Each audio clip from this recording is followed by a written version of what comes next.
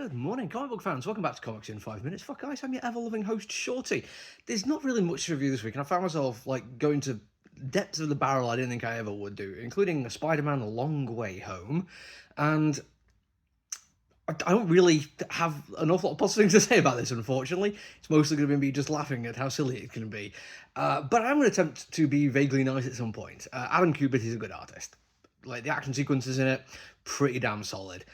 He frames things really quite nicely. There's one particular page with just far too much onomatopoeia, but I really enjoyed that. It's something that made me smile and kept some on my face for a good few pages afterwards, thinking back to how the action was framed as happening off panel, and everyone just responding to it, but the sounds of it were inescapable. I think that's a nice little thing that you can do. I mean, it's not just a comic book thing, but the use of onomatopoeia to really hammer it home, I think, is a very effective way of using the medium to tell a little bit of story without actually showing you the story. That is good, and I appreciate the creators involved doing something like that, which really made me go, yep, people who know the craft here. This is a good thing. On to the rest of the book. Well, it's Predator. I'm not saying that to be like, oh yes, because Marvel owns the rights to Predator, so they put a Predator story in this Spider-Man thing, because Predator and Spider-Man, whoever would have done something like that? No, this is Hickman literally writing the script for this with Predator on in the background, and just the entire movie filtering in through his writing. And I don't really mind people using Predator as a basic jumping on point for an idea. It's a very good movie, almost as good as Prey. And I do think that there are stories you can tell with that kind of arc going on.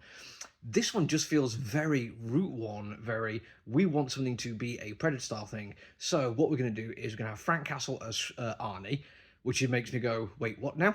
Because this is him still as I think he's a captain, maybe? I can't remember his actual rank here. But the way he's described doesn't make him come across like he's just a Marine. It feels like there's some very, very special forces going on. And there's quite a lot of looking at how the military is part of the military-industrial complex, which protects the interests of capital.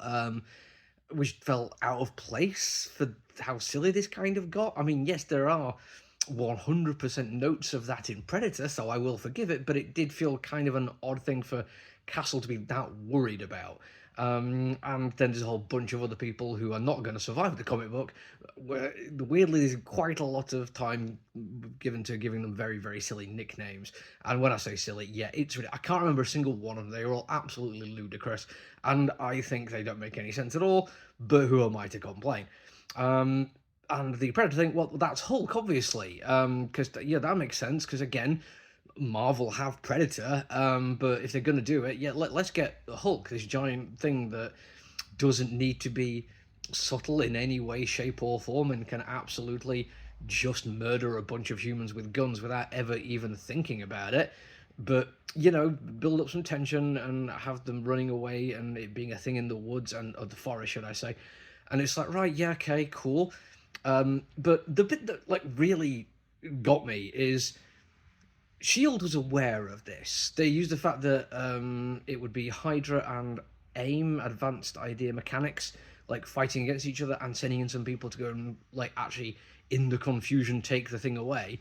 But then Hulk turns up, and the bit that really struck me as just such an odd choice here was that they then tapped Spider-Man, Peter Parker, and I know Peter Parker is Spider-Man, to go and deal with Hulk with this advanced technology thing where Frank Castle, the Punisher, is involved, or maybe before he's a Punisher. And I just can't help but feel, why wasn't Iron Man involved?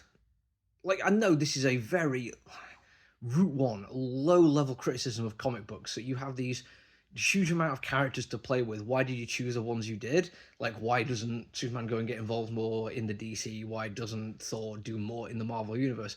But in this case, it genuinely feels like Iron Man would 100% be the character that S.H.I.E.L.D. would tap to go and do it. I mean, don't get me wrong, I think S.H.I.E.L.D. might have a little bit more leverage over somebody like Parker, whereas, Tony Stark can kind of do whatever he wants, but it still really, really didn't make much sense to me. And that's just one thing in an entire comic book that just didn't really make much sense to me. I was thinking about it in terms of the amount of characters it's got and how they use them, and it just reminded me of this old idea of sometimes in comic books, people will put the action figures they want to play with in a bag, shake it up and see what happens. And it feels kind of like that. But it looks fantastic. That's it from me for now, though. Until I see you all again, look after each other, everyone. Stay safe. Bye.